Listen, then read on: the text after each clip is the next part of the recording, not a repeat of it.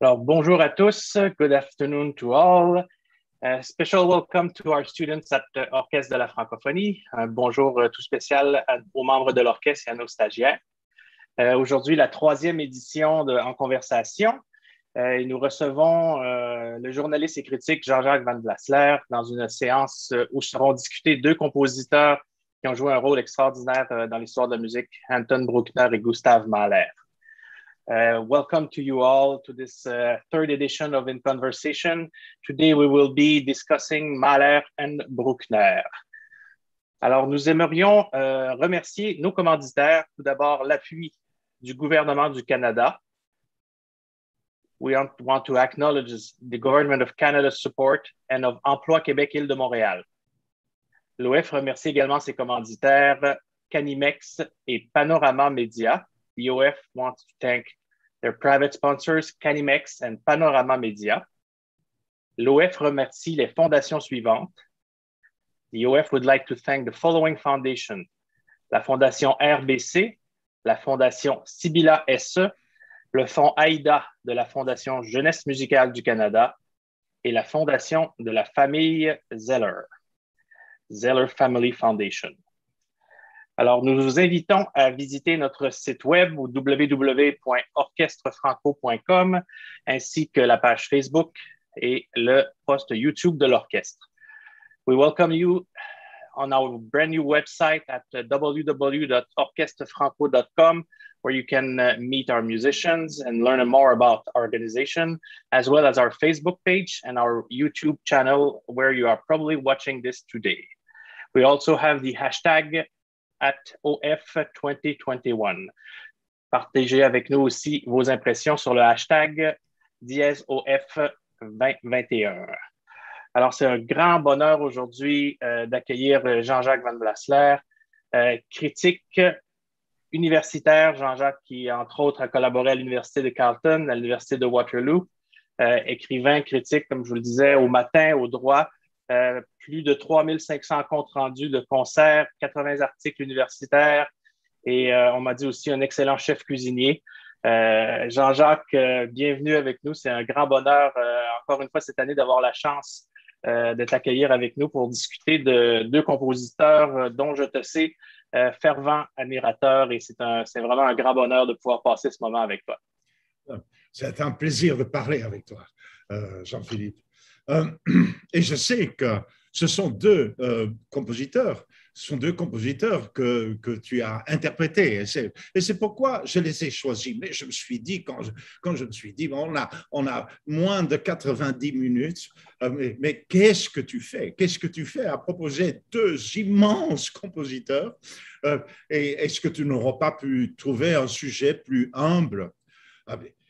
Et il y a des raisons pour lesquelles on doit les mettre ensemble. Savez-vous qu'entre la première, d'abord, ils sont de générations différentes. Bruckner est né en 1824. 1824, Mahler est né en 1860. 36 ans de différence. Mais ces 36 ans sont relatives. Parce qu'il y a chez les deux, ils vont se rencontrer, ils vont se retrouver au même endroit. Je commence toujours mes présentations par réfléchir sur le temps et sur l'espace. C'est-à-dire le temps, bien sûr, c'est le 19e siècle. Et bien sûr, il y a 36 ans de différence entre les deux et ça va les marquer, bien sûr. Mais en même temps, entre la première symphonie de Bruckner et la dernière symphonie de Mahler, il n'y a que 44 ans.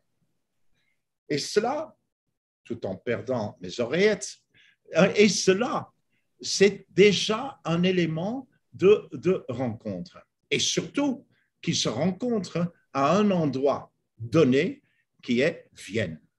Alors, il y a cette Vienne absolument extraordinaire de la fin du siècle dans laquelle le 20e et 21e siècle sont nés. Et tous les deux vont marquer l'avenir. Et ils vont marquer l'avenir de façon très différente. Parce que finalement, ils le sont vraiment différents. Alors, la première chose, c'est en quoi ils sont pareils, c'est qu'ils naissent tous les deux dans des villages, ou villages plus ou moins. Bruckner est né à Anfelden. Oh mon Dieu, Anfelden, je connais Anfelden, je connais bien Anfelden. J'ai vu là où il est né, là où il a enseigné comme petit instituteur, là où il a grandi avec ses frères et ses sœurs. Et vous devez bien voir Anfelden, petit village où le père est le violoniste du village. Et puis autre chose, il est également l'instituteur du village. Et tout cela, mais il découvre que bien sûr ce garçon est très doué pour la musique, et puis il va pouvoir aller chez son cousin, et puis il va pouvoir aller à 12 km, 13 km, qui est une ville beaucoup plus grande, qui a à l'intérieur de cette ville un magnifique monastère, et dans laquelle il va grandir. Il va vivre entre ce monastère et ces villages. Oh, un peu plus loin, à Linz, une des grandes villes d'Autriche, de la Haute-Autriche. Mais enfin, c'est toute une atmosphère, c'est toute une intériorisation, c'est tout un monde autour, bien sûr, de la religion et du terroir. Du terroir. Alors, ça, c'est un. Tandis que Mahler, de l'autre côté, il est né à Kalisz. Et ça, c'est en Moravie. La Moravie, qui est la partie inconnue entre la Tchéquie et la Bohème, et de l'autre côté, la Slovaquie. Enfin, c'est un petit territoire dans lequel pas mal de grands musiciens sont nés, entre parenthèses. Alors, lui, c'est un village plus grand. C'est là où il y a même un poste militaire. Et puis la musique militaire, bien sûr, ceux qui connaissent la musique de Mahler savent où je vais aller, c'est-à-dire cette musique militaire qui intervient à l'intérieur de ces symphonies.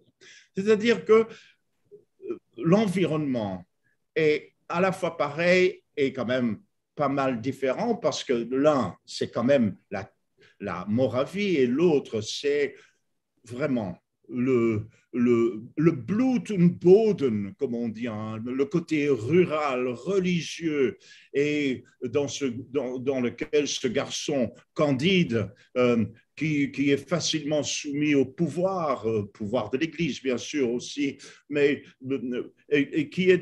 et à l'autorité, bien sûr. Alors, chaque fois qu'il voit quelqu'un qui est beaucoup plus puissant que lui, oh là là, et le monde est plein de puissants. À tel point que plus tard, Mahler va dire de lui, parce que Mahler l'admirait, mais il disait, il est à moitié Dieu et à moitié simplet.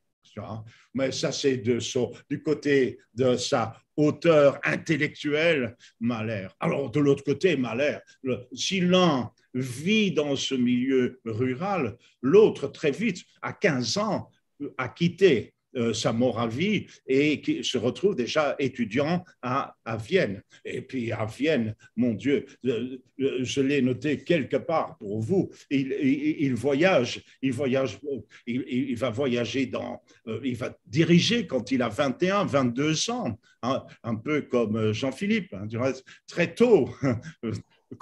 Et il a l'orchestre en main, l'orchestre va être le sien.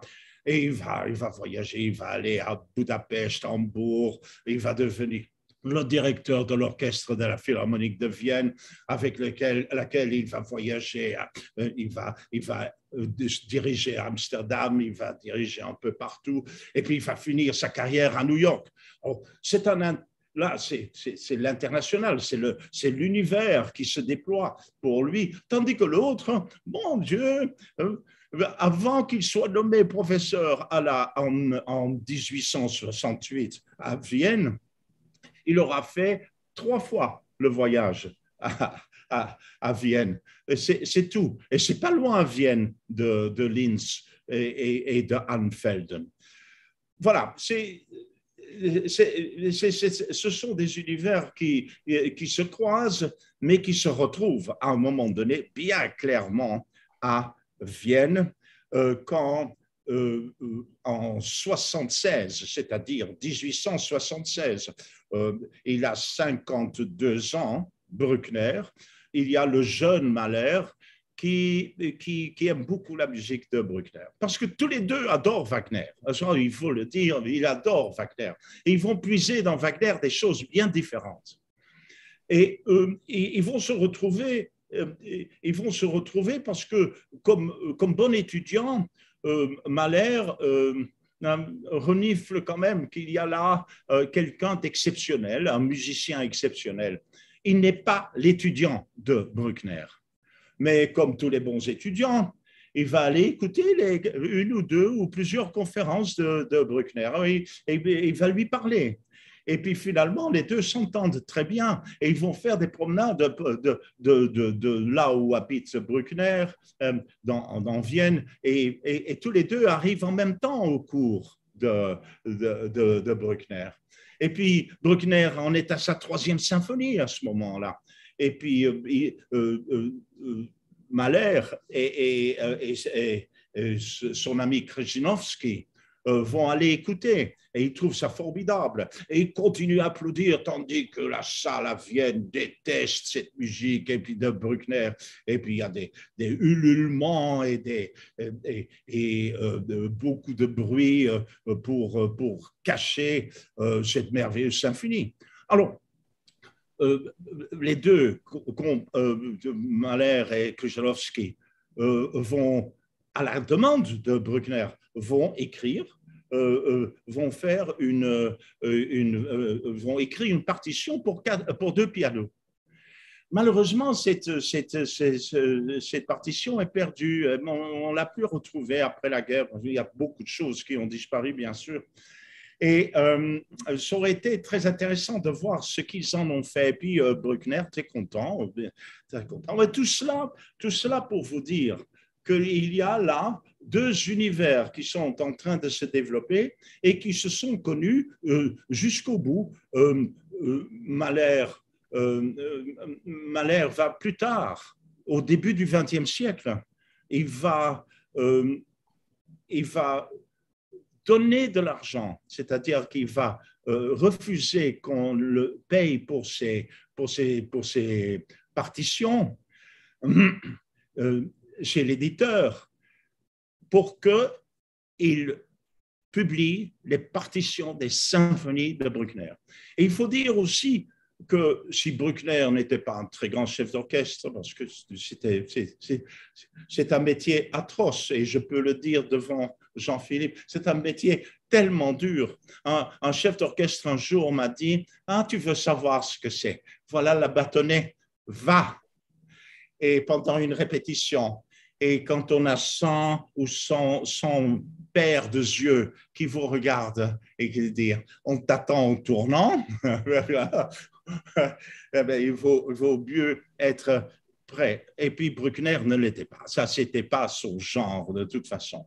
Oh, il détestait Vienne. Hein. Il appelait Vienne la rouge, la Vienne la corrompue, avec ses esthétiques avancées qu'il intitulait esthétique avancée hébraïque. Bien sûr, Schoenberg n'était pas loin. Alors, sa musique va être évolutionnaliste et pas révolutionnaire. C'est-à-dire, c'est l'évolution chez l'un, l'autre va être absolument révolutionnaire, bien sûr, parce que son univers est ouvert. Et de toute façon, sa perception du monde est celle de la perception d'un monde et pas la perception baroque vers Dieu. Il faut se dire aussi que derrière Mahler, il y a les chants, le chant humain. Et ces symphonies ce sont de très grands chants humains sous toutes les formes, c'est-à-dire même quand il n'y a pas de mélodie incluse dans la symphonie. De l'autre côté, c'est un organiste, c'est l'orgue.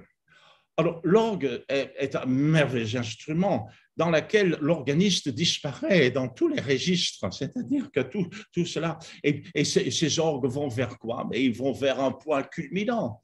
Et ce point culminant, vous allez le retrouver dans le merveilleux, dans ce monastère dans lequel il va se retrouver et dans lequel il est enterré. C'est-à-dire que Bruckner, c'est l'homme autour d'un monastère, merveilleux monastère baroque, où toutes les lignes fuyantes vont vers un point culminant. Et je dois vous dire que ce point culminant, il va le chercher dans chacune de ses symphonies. J'avais noté pour vous un certain nombre d'exemples de ces symphonies. Et je vais y arriver. Je vais y arriver.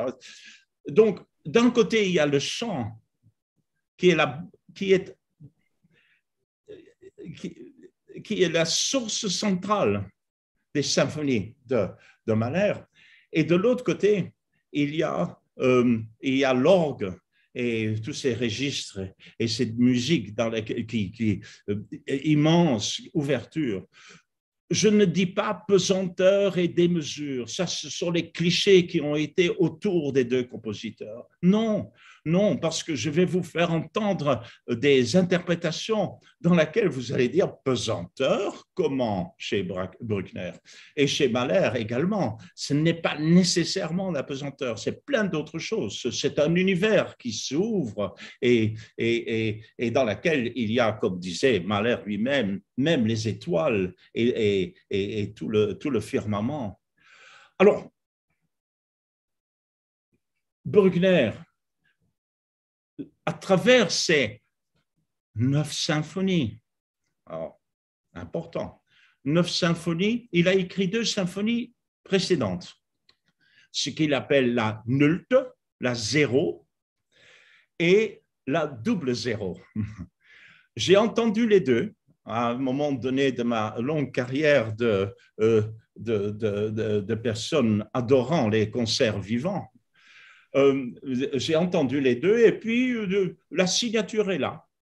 C'est-à-dire que cette signature va s'ouvrir de plus en plus et bien sûr, elle va s'ouvrir vers cet élément central, toutes les lignes fuyantes allant vers un baroque, vers cet élément central qui est Dieu.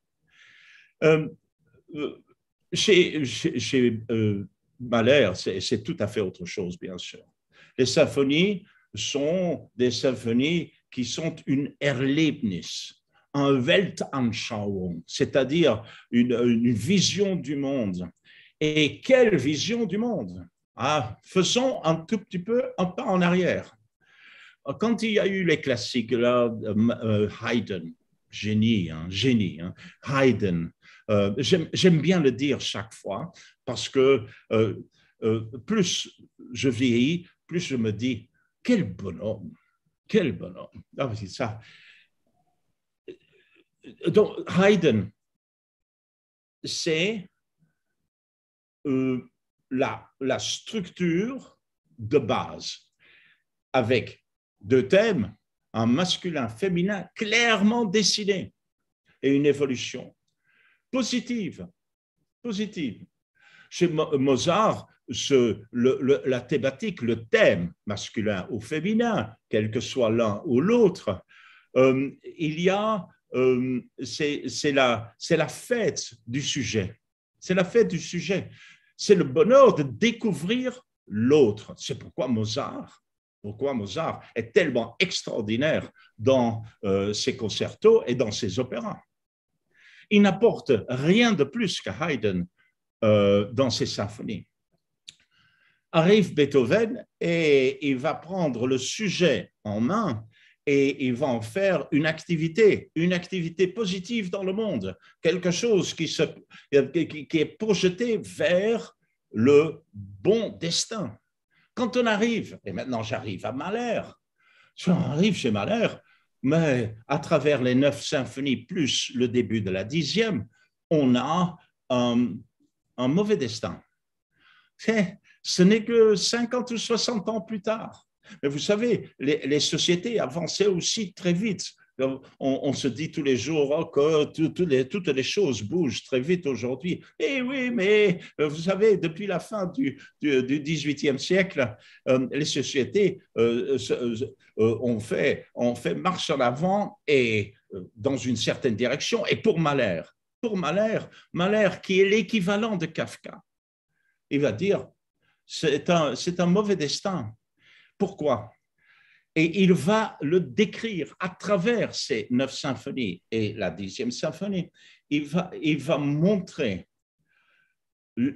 cette évolution vers un univers, Weltanschauung, qui rend notre destinée difficile, impossible parfois. C'est-à-dire que mauvaise destinée, Beethoven positive, lui, mon Dieu, le monde est en train de nous prendre en main. Et c'est pas, il est tout à fait de son siècle, il est tout à fait de son temps en fait, parce que à cette époque-là, à Vienne et en Europe centrale, il y a Marx qui dit oui, mais la société, elle impose des choses que l'individu ne peut pas imposer.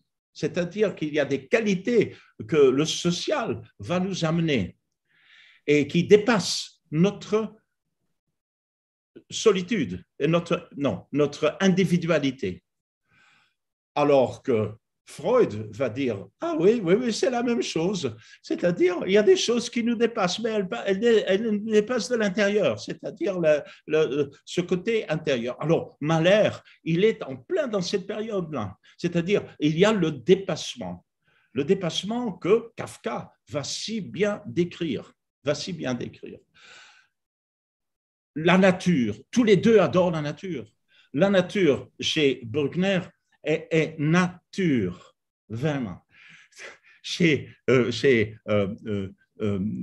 Mahler, elle est culture. Elle est culture dans le sens où il va dessiner la nature et la force de la nature, mais c'est une nature, ces symphonies de Mahler sont à la fois d'une réalité musicale et à la fois elle se différencie. Lorsque vous entendez un Ländler chez Bruckner, vous avez quelque chose qui s'inscrit merveilleusement, mais les deux pieds sur terre. Cette musique a les deux pieds sur terre. Tandis que vous allez Ländler chez Mahler, c'est fantasque parfois, c'est ironique. Et l'ironie, c'est quoi? C'est le deuxième niveau. C'est-à-dire que les symphonies vont nous amener à réfléchir sur notre monde. Chez Bruckner, elles vont nous entraîner vers ce qui est pour lui Dieu. Dieu pour lui, est quelque chose d'absolument, qui fait partie de sa vie quotidienne. Chez Mahler, son Dieu est un Dieu spinozien, c'est-à-dire la nature est ce qui nous entoure et qui nous entraîne. Donc, il est beaucoup plus Spinoza, c'est-à-dire beaucoup plus philosophique, beaucoup plus intelligent. Et je me suis dit que il n'y a pas longtemps, j'avais retrouvé une note.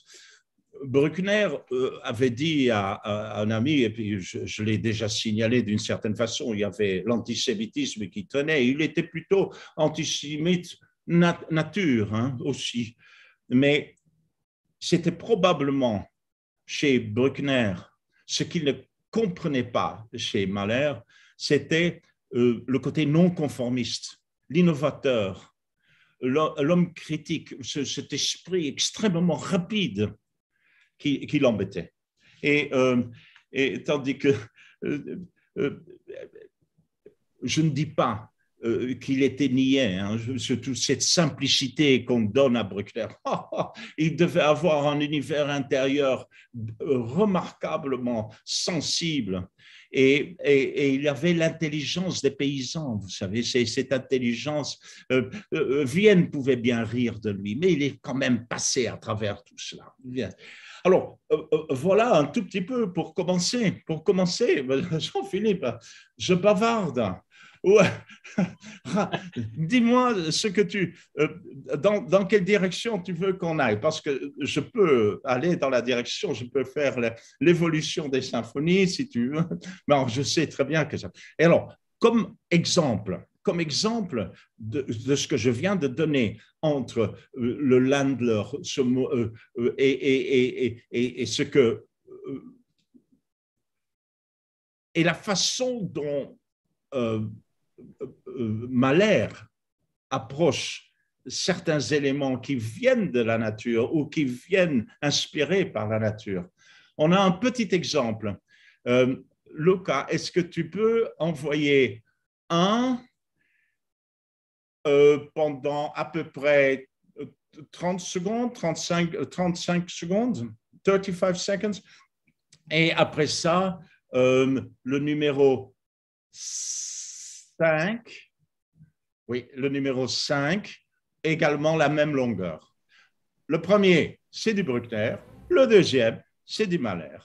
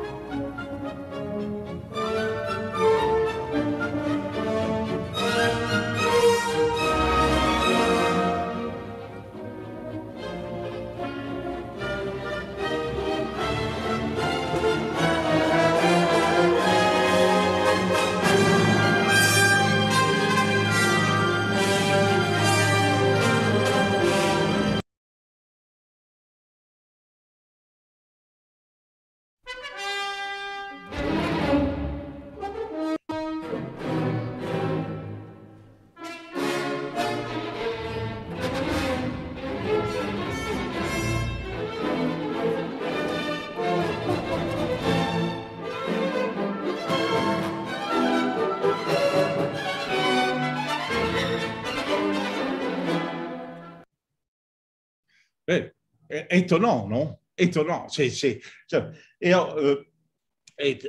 Tous les deux sont de très grands chefs d'orchestre. Ce sont d'autres conceptions du monde qu'il y a derrière cela. Je voudrais, vous savez, je vous ai parlé de Haydn. C'est très clairement défini, masculin, féminin, la symphonie classique a ça. Beethoven déjà, jusqu'à un certain point, les emploie pour faire autre chose. Mais que va faire Bruckner? Et je crois que c'est un tout petit peu aussi son côté religieux, c'est-à-dire qu'il va, dans l'évolution de ces symphonies, en arriver à, dans les mouvements, d'avoir trois thèmes. Un basé rythmique, l'autre mélodique, et le troisième qui est, mon Dieu, j'ai un blague.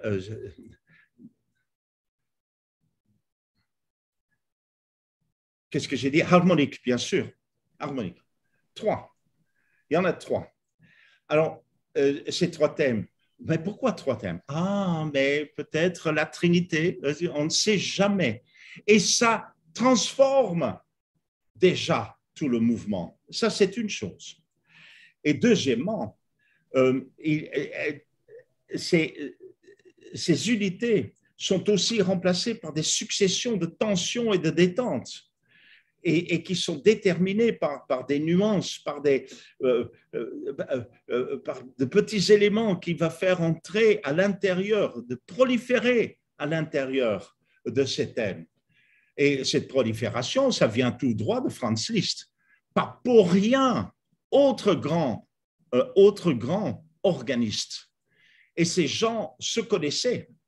tous ces grands organistes de la troisième partie du 19e siècle se sont rencontrés et voyageaient un tout petit peu aussi. Il allait se rendre visite. Bon, c'était les seules grandes visites pour Bruckner, de toute façon. Alors, il y a une sorte de fluctuation, de progression chez Bruckner qui sont des fluctuations continues. Tout cela, c'est intériorisé. C'est un monde intériorisé, mais les deux jambes sur terre. Tandis que chez Mahler, mon Dieu. Alors, c'est la découverte de l'ego et la disparition de l'ego. Voilà, en deux, du début jusqu'à la fin. Et puis, on peut voir les grandes symphonies de Mahler en trois parties, essentiellement. Les quatre premières, dans lesquelles il emploie encore du chant ou des éléments qui viennent de ces mélodies. Hein, première, deuxième, troisième et quatrième symphonie. La première symphonie qui commence dans la jeunesse et dans la découverte Naturlaut, qui est découverte dans la nature. Et la jeunesse, et qui se termine dans la quatrième. Une fois qu'il a créé le monde, non, une fois qu'il a eu la tentation du message spirituel, parce que ça faisait partie de son univers aussi, cette résurrection, et que la symphonie s'appelle la symphonie de la résurrection, dont je parlerai si on a le temps. Et puis la troisième symphonie qui est de la création du monde, tout simplement. C'est du panthéisme dionysiaque, c'est du Nietzsche, c'est l'univers. Alors voilà, on a tout en main. Et puis quelle est la vérité? La vérité vient dans la quatrième symphonie, qui est une promenade haydnienne. C'est bien sûr. Merci Haydn. Merci Mozart jusqu'à un certain point. Mais c'est Mahler. Mahler va la terminer en disant, mais quelle est la vérité du monde? Qu'est-ce qui reste? Mais c'est la musique. C'est la musique. C'est la seule chose qui peut nous sauver. Et vlan viennent les trois symphonies suivantes, 5, 6 et 7. Et alors, la cinquième, c'est au-delà des notes, grâce aux notes, c'est la brisure avec le monde, la cinquième symphonie, c'est la brisure avec le monde. Ce début de cette promenade vers, mon Dieu, le monde nous gère et nous sommes quoi là-dedans? Nous sommes quoi là-dedans? Et c'est une question qu'on peut se poser. C'est-à-dire que pour moi, Mahler, de toute façon, a dit ce que serait le 20e et le 21e siècle. Il a dit tout ça dans ses symphonies, comme tous les grands, Mozart, Beethoven, ont dit ce que serait le 19e siècle. Et c'est pourquoi et Mahler et Bruckner ne s'en sortent pas avec leur 9e symphonie. Ils sont pleins de problèmes avec la 9e symphonie. Alors, bon, ça c'est du chose et c'est anecdotique. Mais alors, la 5e symphonie, c'est la brisure avec le monde. Et puis arrive cette 6e symphonie, c'est la longue marche dans la nuit. Une longue marche dans la nuit, impossible de vaincre le destin. C'est-à-dire, derrière tout ça, la mort. C'est-à-dire, impossible de ne pas avoir cette résurrection, sauf spirituelle, peut-être. Donc, c'est un monde élémentaire dans lequel on ne peut pas s'échapper. 6e symphonie. Et vient la 7e, qui est pour moi la plus extraordinaire. Alors, honnêtement, il y en a dans lesquels j'ai une larme un peu plus tard. Les dernières symphonies, c'est extraordinaire, mais c'est parce qu'on a tous les mêmes peurs. Arrivé à la 7e symphonie, je me dis, est-ce que c'est la fin du début ou est-ce que c'est le début de la fin? Et je laisse jouer ces questions. Et finalement, la fin est le début. Dans ce mouvement, cette symphonie à l'intérieur de la symphonie où il y a les trois petits mouvements qui se suivent, dans laquelle on est en pleine nuit, mais dans laquelle on se réveille dans le dernier mouvement, qui est une fête, une kermesse populaire, mais il faut faire avec. alors il faut faire avec, voilà, il faut faire avec. Et c'est ce qu'il dit.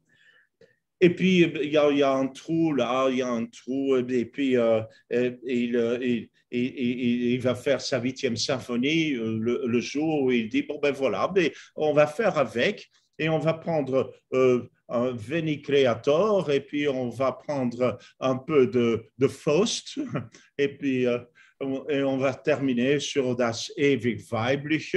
Ben, et puis on amène plein de chœurs, et c'est une symphonie sur ce que finalement, nous, pauvres êtres, nous pouvons faire de bien dans ce monde merveilleux. Tu sais, il y a du Goethe là-dedans, puis il y a quand même les Écritures. Hein, et, et puis, quoi faire après? On n'en a pas de 9e symphonie. Et puis, entre-temps, pendant cette 8e symphonie, déjà, il a eu son problème cardiaque. Et puis, sa fille est morte. Et puis, bon Dieu de bon Dieu, Vienne, l'antisémitisme à Vienne, ça n'aide plus. Vous voyez, c'est un homme qui a cet univers dans les mains, mais en même temps qui est attaqué de tous les côtés. Parce que l'antisémitisme est à son meilleur. Vienne était une ville antisémitique à la fois dure et soft. Et ce sont les softs qui étaient les plus dangereux. Et puis, il va écrire le chant de la terre. On passe. La 9e symphonie n'est pas la 9e symphonie. Le chant de la terre. Et puis finalement, c'est son adieu à la terre, c'est son adieu à la nature. On avait commencé Naturlaut, adieu à la nature. Et la 9e symphonie, finalement, qu'il va écrire, c'est un adieu au monde, c'est-à-dire un adieu à être, et il commence et comme toutes les personnes qui sont devant, qui savent la limite, et qui ont déjà tâté des limites de notre vie, et il se reprend, il se sent à l'aise, et il commence cette 10e symphonie. Et cette 10e symphonie dans laquelle il y a un moment extraordinaire qui va sortir de l'adagio, je crois, de l'adagio de la 9e symphonie de Bruckner. Pas rien, l'adagio, la symphonie de Bruckner est le dernier mouvement que Bruckner a écrit. Il n'a pas terminé sa 9e symphonie, lui. C'est absolument extraordinaire. Alors, vous voyez, c'est incroyable ligne. Cet homme, d'un côté, Mahler, cette vision très claire sur son monde et sur le monde à venir. Si quelqu'un a bien décrit ce 20e siècle atroce, c'est bien Mahler.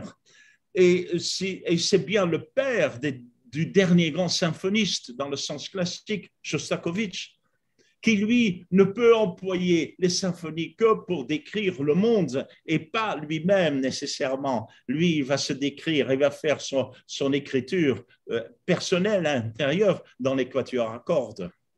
Mais ce qu'est le monde, il va le prendre de Mahler. Mahler, les deux sont bien réunis, et c'est pourquoi il y a cette extraordinaire richesse qui est un merveilleux don pour nous si on veut comprendre le monde. Mahler va aussi pas mal diriger Bruckner, que personne ne connaissait à l'extérieur de Vienne. Il va faire les symphonies intérieures, c'est-à-dire la 3e symphonie, la 4e symphonie, la 5e et la 6e. Il va faire surtout la 3e en mouvement, un scherzo. Parce que j'ai fait pas mal de travail là-dessus, c'était scherzo à Hambourg. Il va faire la 4e symphonie à Hambourg, à Vienne. Et il va la faire aussi, le scherzo de la 4e symphonie, il va la faire à Paris et il va la faire à New York quand il est mis à la porte quand il donne sa démission à l'Opéra de Vienne et qu'il fait les trois années de travail à New York. où il dirige le Met et où il dirige aussi il va diriger aussi cette 4e symphonie. Et puis, il aura dirigé à Vienne même la 5e et la 6e quand il était directeur. C'est dans les années en 1901 et l'autre, la 6e, en 99, en 1899. Donc, voilà. Donc, il pousse et puis il aide la publication, comme je vous l'ai dit, de Bruckner. Voilà, Jean-Philippe, Jean-Jacques, c'est tellement passionnant de t'écouter dans tout ça. For our English-speaking students and audience members, let's briefly just touch again how they are similar and different, how they both look up to something that's not the same, but in the same time that's they reach each other. Well, listen, I will start with what they are together. They're both in the 19th century, but both from different parts of the 19th century. And one comes from a rural, religious, and candid environment, home environment, surrounded by his family, surrounded even for the courses, music courses. His cousin Weiss will teach him when he's very young, also, and that's when he has to get out of his little village of Anfelden. And then the rest of his life, part of his life, he's in that St. Florian abbey,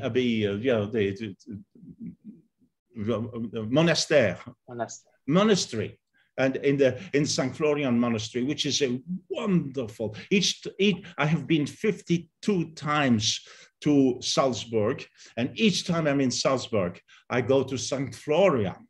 I'm not religious, but I go to St. Florian because I go to greet the tomb of Bruckner, who is buried under his organs. This incredible organ that is there, and so it's an interior world, and the 9 symphonies develop that interior world until the very end and open up. And then on the other side, you have Mahler, who comes also from a smaller city, but he's not necessarily it's not necessarily that same kind of atmosphere. His father had a little shop, and the shop was alcohol. So that was one thing. So the family atmosphere was not the same one. A very different family atmosphere also. And each time when he went to run away, God, he heard those military. Think of his symphonies and think of military intervention each time. So in music, of course. And so Mahler will be the internationalist. He will be traveling. He'll be going. He will have conducted in so many cities in Europe. He's a top-level conductor, by the way. But Bruckner is not a top-level conductor. But it is because he's authority is not his thing. Authority is not his thing. He submits to power, and so he perfects the traditional harmony. He works on all kinds of things. He multiplies his research in tonal things and in writing and chromatic modulations. He will work on it, but it's always in a very harmonic, warm, elastic, sensuous, and very often founded on l'accord parfait, the perfect accord. So that is one thing. Mahler is an intellectual. Mahler has taken very quickly distance with the world. Ich bin die Welt abhanden gekommen is one of his songs. And if Bruckner basis are the organs, Mahler's basis are the melodies, the Lieder. And the Lieder will be all over his symphonies. They're symphonic Lieder. if you want to. But within those symphonies, he will tell you the story of the world. And, you know, this is Erlebnis, real activity, existential activity. There you go. Erlebnis is existential activity. That's what he's after. That's what he wants to show in his symphonies. And then, of course, death and life and the way the society has evolved are painted, are brought in his symphonies all the time. The breaking down of the ideal humanist society of Beethoven, in which, you know, all the work and all the activity is towards positive ending. At the end of the century, you know, you're not in Hegel anymore. You're coming to Nietzsche, and the symphonies and the world of Mahler are at very often Weltanschauung symphonies, that is showing the world and how that world is going down, notwithstanding the fact that he too, like Bruckner, is amazed, is in wonder in front of the beauty of the world. The beauty of the world is there. And, you know, and in his Lied von der Erde, the going away, he's saying farewell to the beauty of the world. You know, Bruckner, you know, was a little plump man. Plump, I don't know if that describes it really, but, you know, I have no other words for the moment.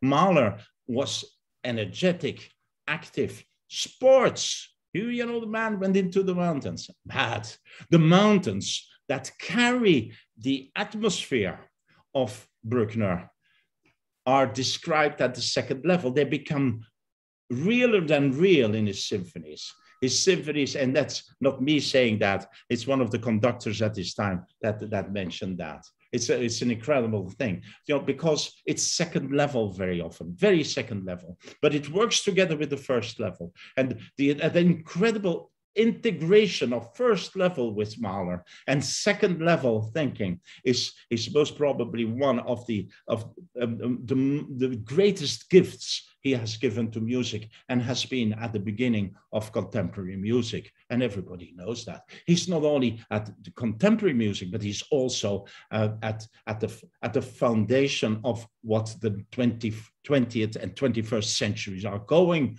And, you know, what am I doing? You know, should I take my jab? Is this a loss of personality or loss of liberty? You know, all these questions people ask, and people ask more and more, is because after Franz Kafka, which is for me in literature the equivalent of Mahler, in that perspective, of course, in that perspective, is, you know, am I a puppet? And so the religion with the one is integrated, and there's symphonies, and the evolution of the symphonies with Bruckner are a constant, powerful expansion of that inner world that goes towards God. On the other hand, Mahler, his religion is, I call it Spinozian, and people are coming back to Spinoza very much, the man who said that, you know, God is nature. It's a totality. And Mahler is spiritual. And of course, religions were religions, but, you know, he's in fact far away. I think he's far away, really, of being religious. And his second symphony is the symphony for him to take over the Vienna Philharmonic. And that's when he changes, you know, his religion. And I think for him, it's really, really not the essential thing. He's thinking the world, and he's thinking the world in a way that comes from the world. And that's Spinoza. I mean, that's why he was excluded of both religions. So that's two of the religions that are around. Anyhow, this is my non-religious side that happily talks about that. So his irony, his, you know,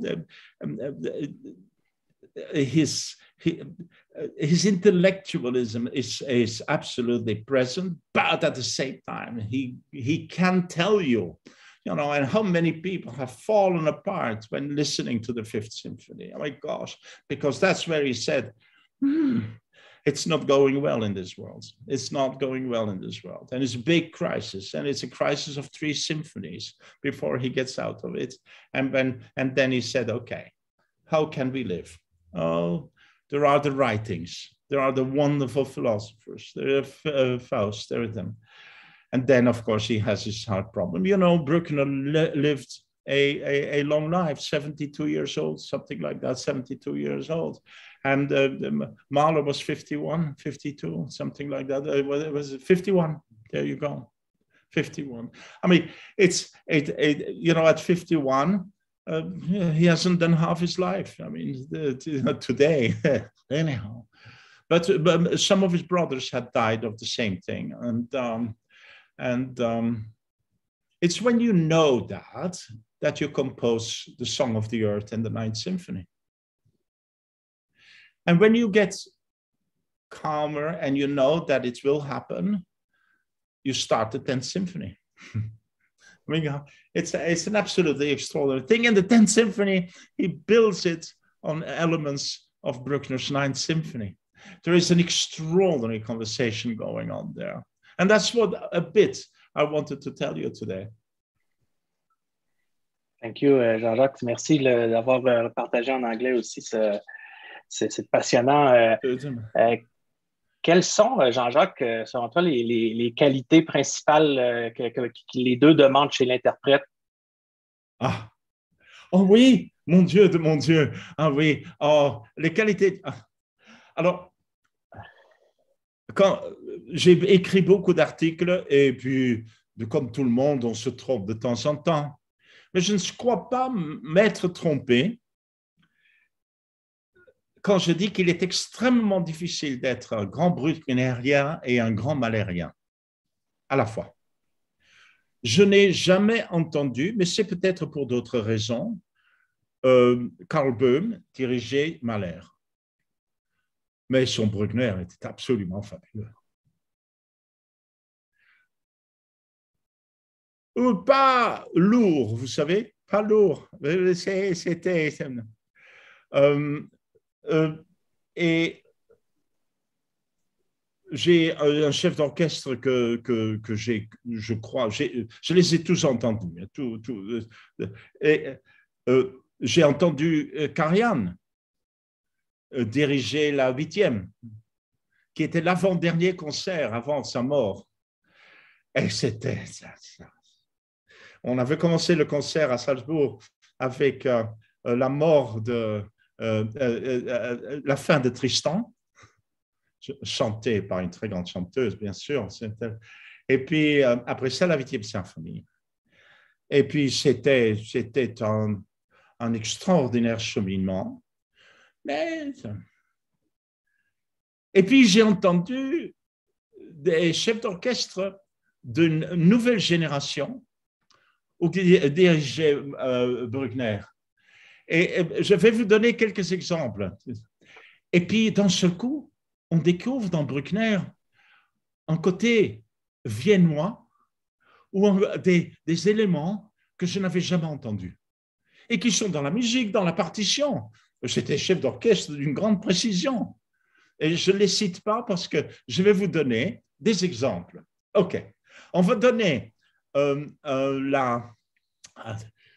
un extrait du scherzo de la 7e symphonie de Bruckner, et un premier extrait que je vais interrompre. On a 2 minutes 38, c'est un peu trop, dommage, et il faudra écouter à partir de ce que je vous donne, d'un premier interprète et d'un deuxième interprète. Donc, un premier interprète, c'est le numéro 1 qu'on va écouter, et puis on va le faire suivre par le numéro 2. Et je vais arrêter le numéro 1, ça c'est pour Luca. Voilà, on y va. Le scherzo.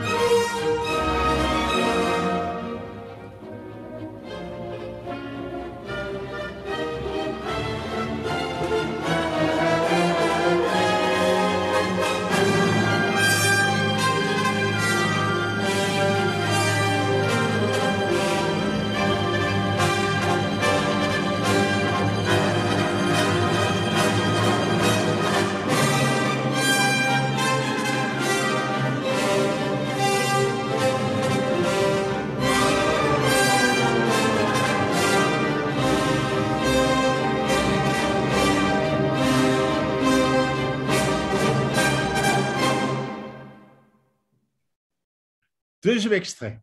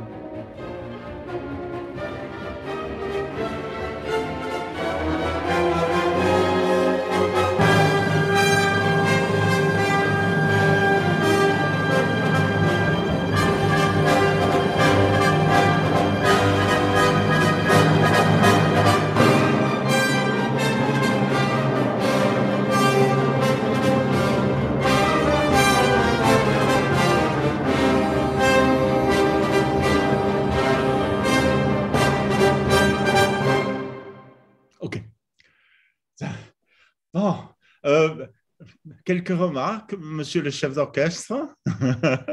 J'aime beaucoup les deux. On a une approche de tempo différent d'articulation. J'aime beaucoup les deux. Ouais. Et il y a une sorte de clarté quand même dans le deuxième aussi. Oui, absolument. Et le tempo est clarté. Alors, le premier, et ce sont deux grands orchestres. Hein. Le premier, c'est la Philharmonie tchèque, sous la direction d'un type qui, Lovro von Matačić. Et Lovro von Matačić, je l'ai entendu en Europe pendant, à la fin de sa vie, parce qu'il avait déjà un certain âge. L'autre monsieur a un certain âge aussi, mais il vient d'un tout autre milieu, il s'appelle Nicolas Harnoncourt. Tu t'attendais bien, tu aurais pu le dire. Hein. C'est Nicolas Harnoncourt qui est, que j'ai entendu à la fin de sa vie, diriger Bruckner et quand il a fait la septième, il a fait 5, 7 et 9. Et quand il a fait la septième, je suis sorti de la salle et moi qui ai des billets de critique, j'ai été acheter un billet pour le lendemain pour réentendre. Parce que c'était assez extraordinaire. Et on va essayer d'entendre maintenant, et c'est avec la Philharmonie de Vienne, un deuxième. On va écouter 2 autres extraits, mais c'est ce merveilleux moment de l'Adagio. Et donc, on va écouter le cas 3 et 4. Bon, si on peut aller pour 3, Lovro von Matačić.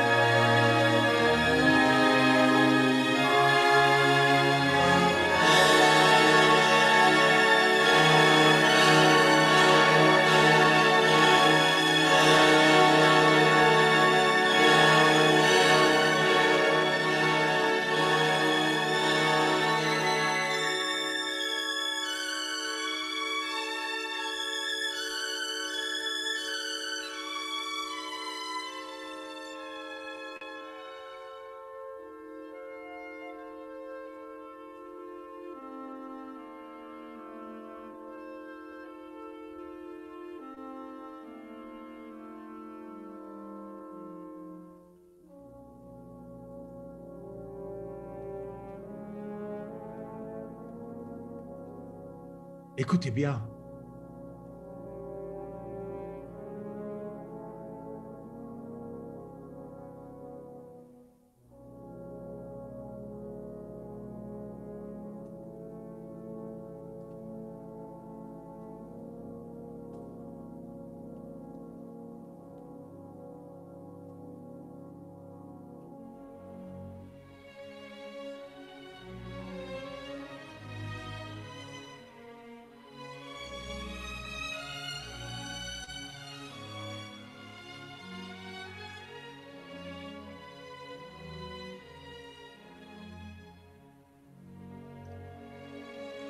Et je vais devoir sortir.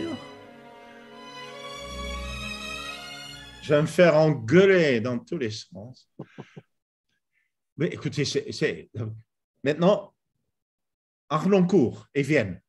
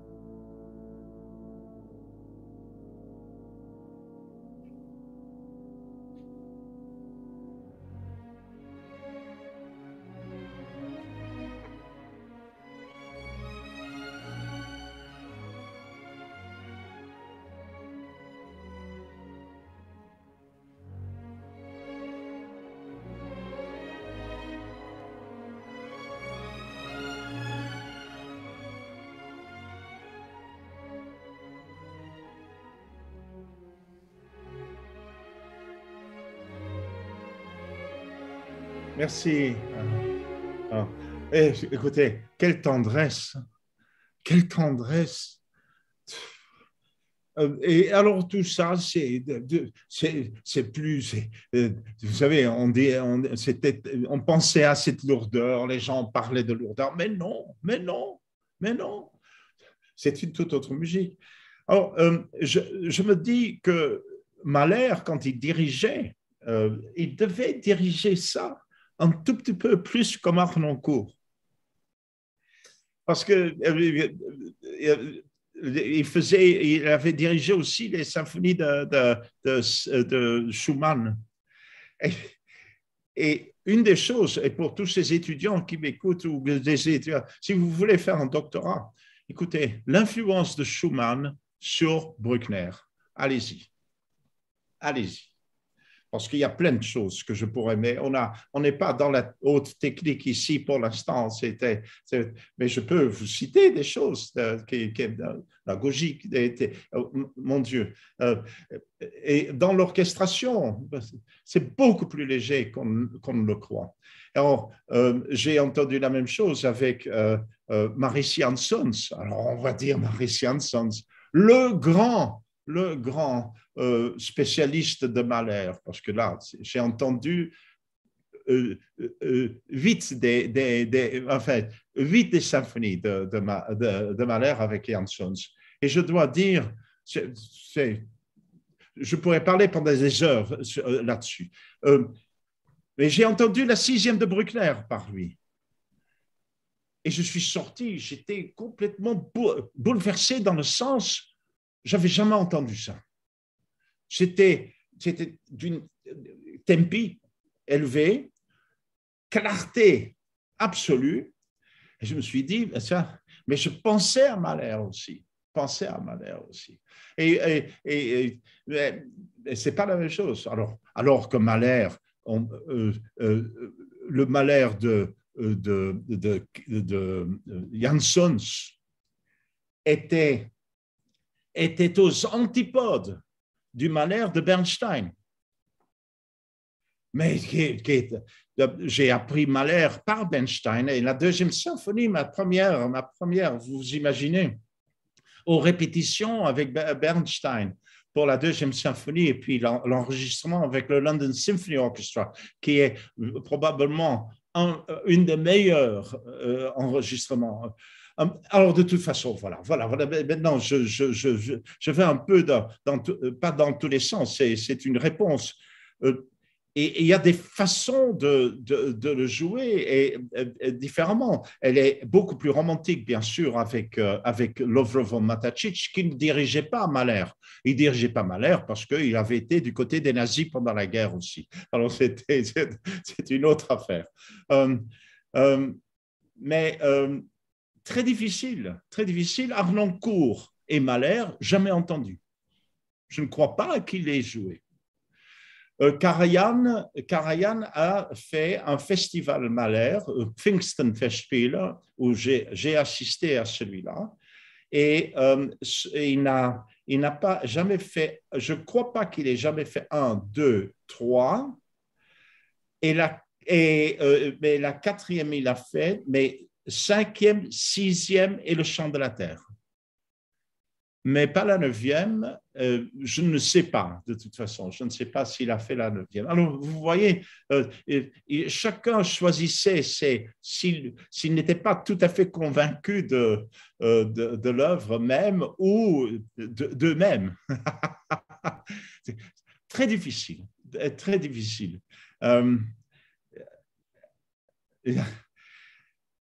Je crois qu'il est très difficile de jouer Mahler.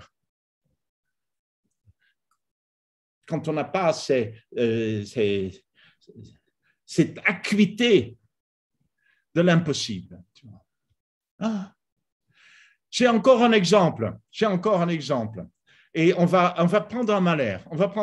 Alors voilà, un premier extrait, c'est aussi un mouvement rapide, mais c'est le troisième mouvement de la 9e symphonie, Allegro assai, numéro 5. Oui.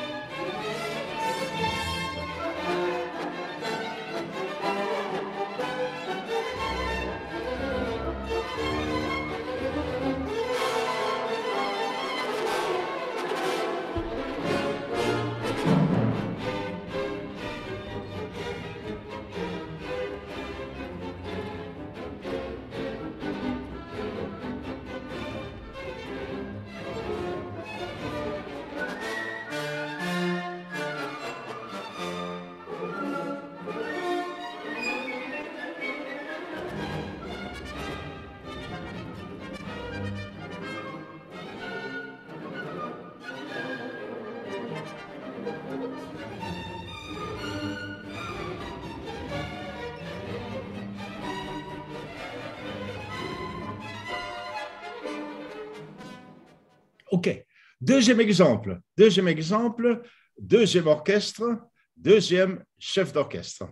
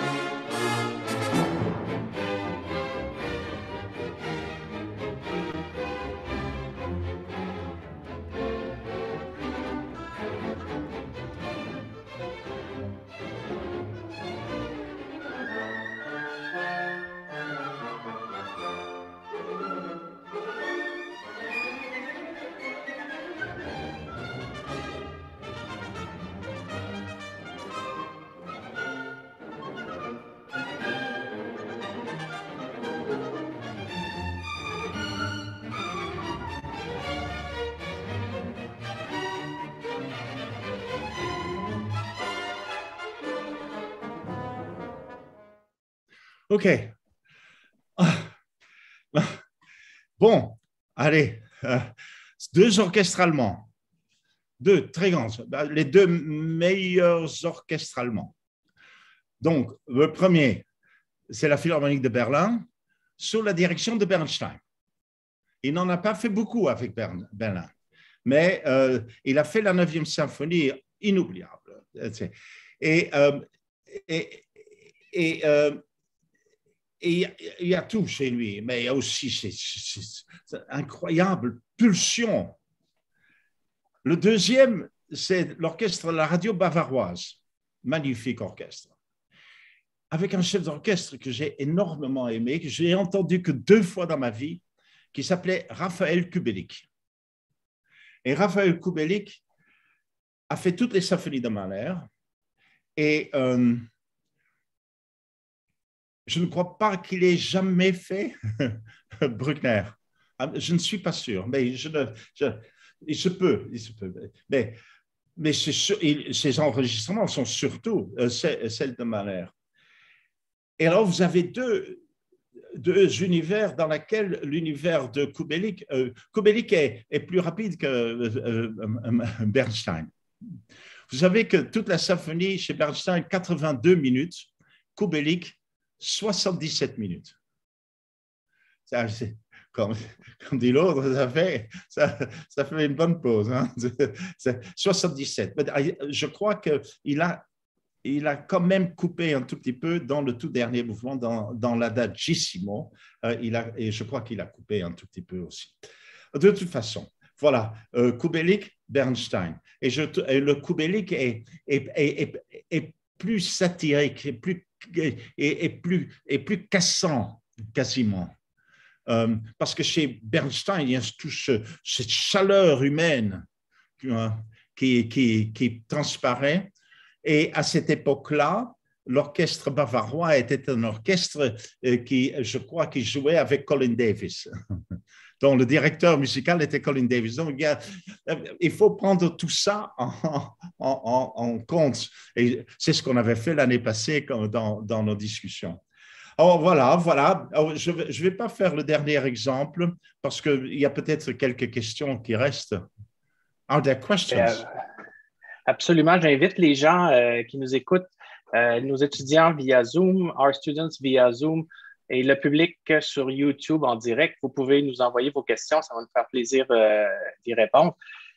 Jean-Jacques, si brièvement, on discute un tout petit peu moi, j'aimerais savoir un petit peu ton son de cloche là-dessus. On a dans les dernières années eu des musicologues et compositeurs qui se sont associés pour terminer les dernières symphonies de nos deux compositeurs en question, la 10e dans le cas de Mahler, et puis essayer de faire quelque chose avec la 9e dans le cas de Bruckner. Est-ce que tu les as entendus? Est-ce que tu as vu un petit peu qu'est-ce qui a été fait? J'ai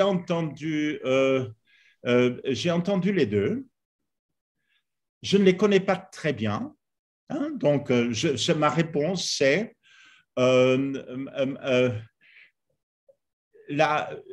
de Bruckner, je crois que difficile. C'est difficile de faire du Bruckner. Justement, partout, everything we said about it, everything we said, that great continuous opening up. C'est comme la dernière œuvre de Mozart, ou son Requiem. Une fois que vous arrivez, il y a une réécriture avec des éléments et les couleurs sont les mêmes et puis on essaye Et alors, ça, le Mahler est plus intéressant parce que c'est un très grand musicologue qui l'a fait. Oui. Monsieur Cook. Monsieur Cook. Et c'est un très grand connaisseur vous savez, dans ses écritures, Cook disait de Mahler qu'il était comme Shakespeare. Tout l'univers entre à l'intérieur de sa symphonie et puis il y a une œuvre qui en ressort. Mais tout l'univers, c'est-à-dire tout le monde, der Weltanschauungen. il a comparé ça à Shakespeare et j'ai toujours trouvé ça formidable de le faire avec tout ce qui se passe, avec les pour, les contre, le bonheur, le malheur et puis tout ça, ça explose et ça explose de plus en plus. Donc, ça c'est Cook et je crois que Cook a fait un travail absolument remarquable, mais ce n'est jamais, j'adore l'infini, vous savez. J'adore. On a fait la même chose pour Schubert. Hein. On a fait la même chose pour Schubert. Et je dois dire, ce que je n'ai pas pu dire pendant la présentation, que je n'ai pas oublié Schubert dans tout ça. Schubert est à la base de Bruckner. Hein. C'est la dernière symphonie de Schubert, mais Bruckner, c'est la 10e. C'est la 10e. On en prend une et puis c'est la 10e de Schubert. Tandis que Mahler a une écriture quand même très personnelle et dans laquelle l'instrumentation, tous les instruments, le timbre des instruments vont créer au XXe siècle, dans la deuxième partie du XXe siècle, toute cette école qui travaillait sur le timbre et où la mélodie était remplacée par le timbre. Et puis, il lance tout ça. Et j'ai aussi très souvent dit que, en fait, cette écriture de Mahler précède le digital. C'est-à-dire que il y a la personnalité des instruments là-dedans qu'il faut tenir. Et ce que je disais pendant ma présentation, c'est qu'à la fois, c'est du premier niveau et c'est du second niveau, mais c'est vrai pour l'instrumentation aussi. C'est-à-dire, il faut, pour un chef d'orchestre, c'est extrêmement difficile. Extrêmement difficile. Et puis, il y en a beaucoup qui réussissent très bien. Et bon, ben, je ne dirais, mais c'est vraiment, il y en a qui réussissent. Dutoit ne dirigeait jamais Bruckner, mais il a dirigé Mahler. Bon, il a dirigé Mahler et cinquième symphonie, mais pas toutes les, je ne sais pas s'il faisait toutes les symphonies, je ne le crois pas. Peut-être pas la dernière, pas la 9e. Tout ça, mais j'ai entendu le dernier concert de Abbado, et c'était la 9e de Mahler. J'ai pris l'avion et j'ai été à Lucerne pour aller l'écouter. Parce que je savais que ce dernier mouvement se terminait dans le vide. Ça a été inoubliable.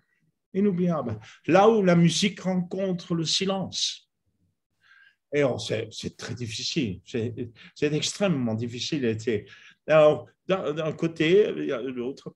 Il y a, comment il s'appelle ce chef d'orchestre néerlandais qui a été à la tête longtemps du Concertgebouw? Pardon? Haitink. Eh bien, Haitink, pas mal. Pas mal. Dans les deux. Hein? Oui, c'est vrai. Hein, il a touché aux deux compositeurs dans plusieurs versions, c'est vrai. Et c'est extraordinaire. Et c'est ce que je dis. C'est en écoutant la deuxième version du Mahler de Haitink. Il en a fait 2 avec Amsterdam. Et entre-temps, il avait fait les symphonies de Shostakovich. Et c'est là où j'ai clairement le lien. Shostakovich, c'est Beethoven, c'est la force. Il y a une force intérieure de Beethoven, mais c'est la structure des symphonies, c'est Mahler. Et avec ce cadeau énorme qu'est la 4e symphonie, qui est la symphonie mahlérienne de Shostakovich. Et alors, après ça, Haitink refait toutes les symphonies de Mahler et on sent cette ouverture qu'il a entendue, c'est-à-dire le XXe siècle entré dans les symphonies de Mahler, c'est-à-dire Mahler qui prépare et qui est lisible, parfaitement lisible dans le XXe siècle et aussi techniquement. Bruckner, quand il est joué quand il est joué, il y a ces gens il y a des chefs d'orchestre qui essayent d'en faire un smorgasbord, quelque chose sans voir le Schumann, le côté Schumann et le côté moderne. Parce qu'il travaille surtout et il essaye. Et ça s'entend d'une symphonie à l'autre, bien sûr, chez Bruckner. Ça, il faut le faire entendre. Alors, ça passe très bien ça, en disque digital. Tu vois. Là, deux très grands chefs d'orchestre, deux très grands musiciens, deux très grands compositeurs. On a Voilà, une question, Jean-Jacques, d'Alexander, un de nos étudiants. Je vais te la lire. Alors, pourquoi pensez-vous que Bruckner n'est pas aussi apprécié et célébré que Mahler, même aujourd'hui? Qu'est-ce que vous pensez que le public devrait comprendre? Formidable, formidable. Oh, ça me permet de répondre et de dire par quelque chose par lequel je voulais commencer. J'avais un ami chef d'orchestre qui a été mal servi par le Canada et qui a été pendant 3 années le chef d'orchestre du Centre national des arts. Et il s'appelle non, ça va. Et qui était un merveilleux brucknerien et un bon mahlérien. Et j'ai eu une discussion, Alexandre, qui répond en partie à ta question. Je vais essayer d'y répondre. J'ai dit, moi qui lui ai dit ce que je vous ai dit aujourd'hui sur la lecture de l'avenir à l'intérieur de ce grand symphoniste qu'est Mahler. Et il a dit, vous savez, celui qui va probablement survivre dans l'histoire de la musique plus que Mahler, c'est Bruckner. Et on n'est pas allé beaucoup plus loin là-dedans. Et puis, j'ai essayé de réfléchir. C'est que je reprends la phrase d'un grand écrivain et un grand penseur sur l'art qui s'appelle André Malraux. Et André Malraux a dit « Le 21e siècle sera un siècle religieux. Religere, lié, sinon elle ne sera pas. » C'est-à-dire, il y aura toute cette partie mahlérienne de la distanciation du monde. Et finalement, la seule chose qui est la réponse, c'est se relier. Moi, j'aime beaucoup l'altérité, le mot altérité. Et il y a un grand philosophe qui a parlé de ça. L'altérité, c'est-à-dire, tu n'existes que dans les yeux de l'autre. En écoutant les symphonies de Bruckner, on regarde Bruckner regarder son univers intérieur, et puis ce sont des poèmes religieux. Et plus on le fait clairement, plus elle s'ouvre à vous. Il y a eu toute cette période entre la période noire, que j'appelle noire, entre 1920 et 1950, d'un Joseph à l'autre. Joseph Himmler, non, Joseph, comment il s'appelle, celui de Hitler, Himmler, et comment était l'autre? Goebbels, de Joseph Goebbels à Joseph Staline. Vous savez, c'est la période noire, c'est dans laquelle on ne jouait pas certaines œuvres, et on ne jouait pas Mahler. On a redécouvert Mahler en grande partie grâce à 2 ou 3 chefs d'orchestre, dont Bernstein. À la fin des années 50, début des années 60, en fait. Et parce qu'on ne le jouait pas. Et pendant cette période, les interprétations étaient des interprétations dites lourdes, fournies. Et c'est pourquoi le dernier le dernier concert au dernier festival de Salzbourg en 1944, en 1944, était la 8e symphonie de Bruckner. Furtwängler. Formidable.